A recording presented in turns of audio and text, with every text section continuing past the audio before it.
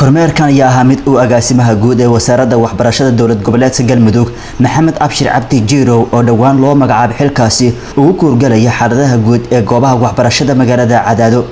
agaasimaha ayaa intuu kormeerka ku jiray waxa uu la hadlay ardaydii ku booqday iskuulada asagoo ku bogaadiyay si wayda waxbarashada wuxuuna tilmaamay in wasaaraddu ay wax kasta u hori doonto garab istaagida iyo horumarinta waxbarashada deegaanka. agaasimaha oo warbaahinta la hadlay kormeerka kadib ayaa ka warbixiyay ujeedka kormeerka maanta uu ku tagay qaar ka mid ah iskuulada magaalada Cadaado.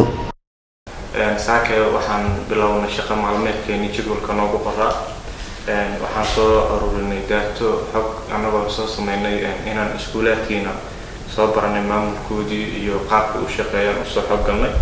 welina ay noo qorshaysan tahay inaan tagno iskuulaadka deegaanka ku yaala ay noo qorshaysan tahay waxaan sii wadi doonaa shaqadeena ka wasaarad ahaan waxbarashada ayadoo ah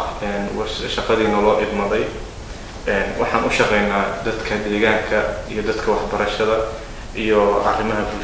bulshada qaybaheeda waxbarashada waxaan sameyn doonaa insha Allah taala shaqadeena shaqo maalmeedkeena anagoo ku wada xisaabtami doona waan si laba jibaari doonaa shaqadeena deegaanka nooga aadan waxaan joognaa xafiiskii wasaaradda waxbarashada ee Cadaado. dhinaca kale agaasimaha guud ee wasaaradda waxbarashada dowlad goboleedka Galmudug ayaa ugu baaqay shaqaalaha wasaaradda in ay soo xaadiraan si loo dardargeliyo howlaha shaqo ee wasaaradda horyaala. shaqaalaha waxaan ugu baaqayaa inay yimaadaan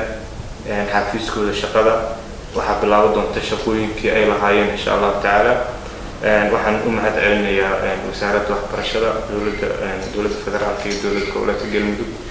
dadaalka ay ugu jiraan horumarinta waxbarashada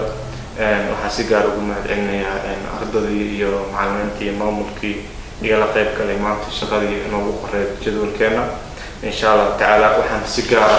ah rabaa inaan fariin ugu diro hay'adaha iyo dadka taakuleeya arrimaha waxbarashada inay imaan karaan xafiiskii wasaaradda waxbarashada oo furan waqti kasta furan lagu shaqeynayo shaqadii ay ka socoto waxaan leenahay ku soo dhawaada shaqadii halkeedii laga sii wadayaa waxbarashadu waa halkeedii deegaanku waa isla sidii waxaan ugu baaqayaa shaqaalihii wasaaradda sidoo kale inay yimaadaan xafiiskooda shaqadooda ay bilowdaan xafiis kasta iyo department kasta qaybahoodii ay shaqadooda ku bilaaban karaan ay wasaaraddu noo qalabeysantahay insha Allah taala waad mahadsantihiin waxaan idin mahad celinayaa bahda meediyaha oo maanta shaqadaas ayaduna nala qabatay. kormeerkan ayaa noqonaya kii ugu horeeya ee goobaha waxbarashada uu ku tago agaasimaha guud ee wasaaradda waxbarashada ee Galmudug Maxamed Abshir Cabdi Jirow oo dhawaan loo magacaabay xilkaas.